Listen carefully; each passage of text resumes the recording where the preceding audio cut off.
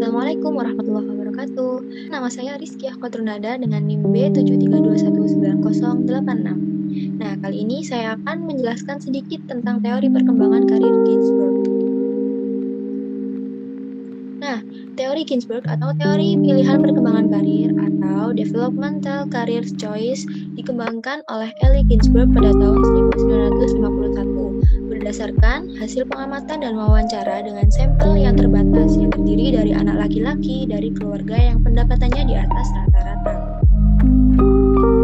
Teori ini mendapat revisi pada tahun 1970, di mana proses yang semula berakhir pada masa awal dewasa atau akhir masa remaja, yang kemudian dirumuskan bahwa proses tersebut masih berlangsung terus, karena apa yang terjadi sebelum seseorang berusia 20 tahun mempengaruhi karirnya yang dapat berubah-ubah atau disebut dengan konsep kompromi.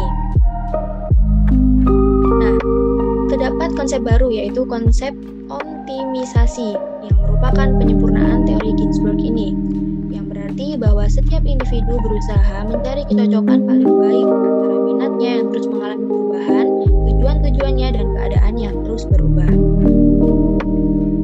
Selanjutnya, dalam periode perkembangan karir menurut Ginsberg terdapat 3 periode atau tahapan dalam proses pemilihan okupasi atau karir. Nah, yang pertama, periode fantasi. Periode ini terjadi sebelum seseorang atau individu berusia 11 tahun. Nah, pada masa fantasi ini memiliki ciri utama yaitu karir anak bersifat sembarangan, artinya asal pilih.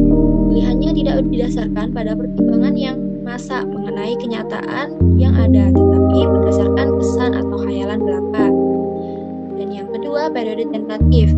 Periode ini berlangsung ketika anak atau individu berusia 11 sampai dengan 17 tahun.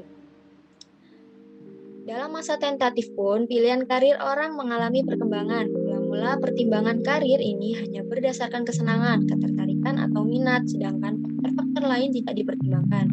Nah, menyadari bahwa minatnya berubah-ubah, maka anak mulai menanyakan kepada diri sendiri, apakah dia memiliki kemampuan atau kapasitas melakukan suatu pekerjaan, dan apakah kapasitas itu cocok dengan minatnya. Selanjutnya terdapat tahap berikutnya, yaitu waktu anak bertambah besar, anak menyadari bahwa di dalam pekerjaan yang dilakukan orang ada kandungan nilai, yaitu nilai pribadi dan nilai kemasyarakatan. Masa ini disebut dengan masa transisi. Masa transisi ini merupakan masa peralihan sebelum orang memasuki masa realistik.